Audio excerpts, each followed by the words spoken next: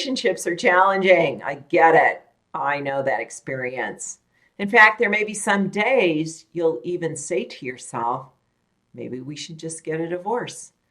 Why are you saying that? Because you want to end the discomfort, the distress, the conflict that you're experiencing. You don't see any other way to relieve it. So the good news is you're looking for solutions to end the distress and pain in your life that the relationship is. It appears the relationship's creating it. But I'm here to tell you you're creating it. And there's 4 primary reasons that we create this distress that cause then the choice to divorce, because we want out. We want out of the conflict and we want to be done with it. Now, there may be some scenarios like people are unfaithful and addictions, and there's some pretty heavy duty stuff that a person's not willing to address, own, and change. I'm talking about more common everyday upsets, just not getting along anymore, not getting along, feeling alone, feeling there's not a sense of companionship. How do you avoid that? How do you avoid getting in a place where you're having the thought, maybe we should just get a divorce? So I'm going to give you the 4 reasons that people get divorced and solutions to prevent going there. My husband and I have been through multiple cycles. We'll have been married 39 years this year.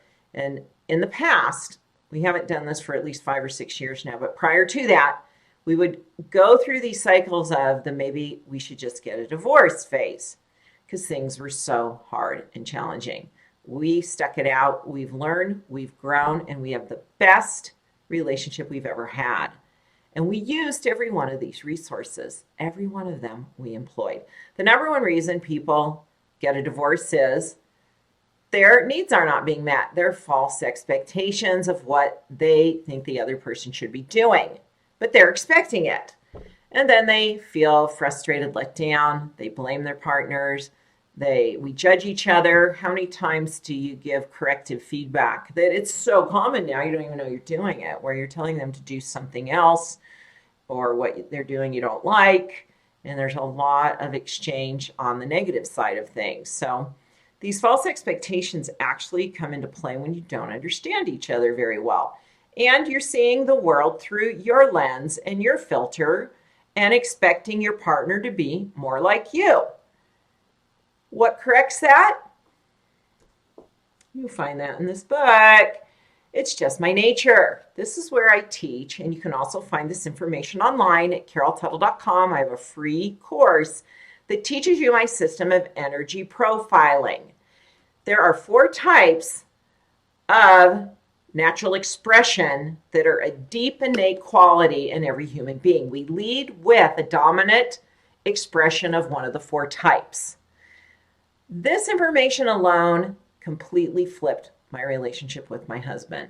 I started to understand him for who he was, how he moved through the world, his thought processes, his behaviors, how he would process feelings and emotions, the way he would move through different life experiences. He's a type 2. He's considered the soft, subtle energy.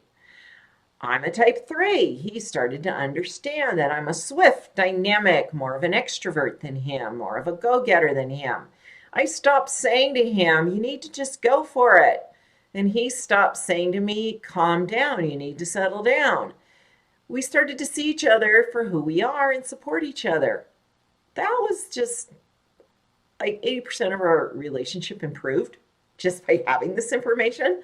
I've literally had hundreds and hundreds of people that have gone through my online courses and my books say you saved our marriage. That information saved our marriage. I've also had, unfortunately, hundreds of people say, I think that information could have saved our marriage if we had understood each other and had more reasonable expectations. It's a real eye-opener, and it changes your filter of your partner. Second reason, poor communication skills. I'm amazed how many people do not sit down and have heart-to-heart, real, vulnerable conversations. Most people deal with what I call, this is where this book comes into, it's another book. Here's the next resource. I have a section in here called How to Create Affluent Relationships.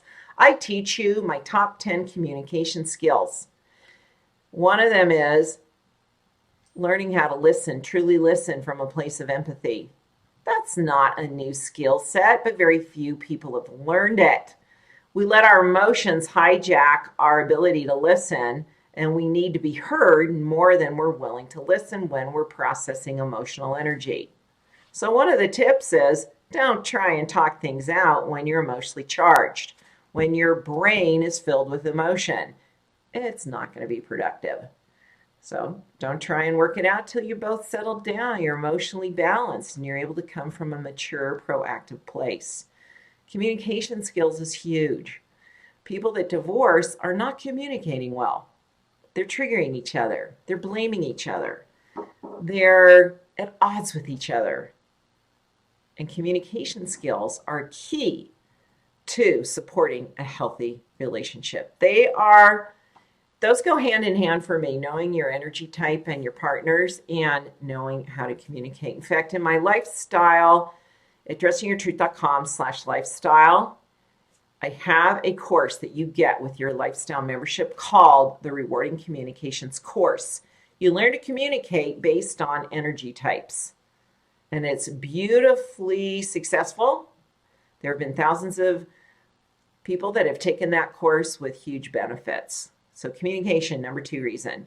Get those communication skills. It's a skill set. You have to develop skills to be a good communicator. 3rd reason, unmet needs. Now, this kind of goes along with the false expectations one, but unmet needs are things that didn't happen for you when you were a small one. When you were little and tiny, you didn't get your needs met.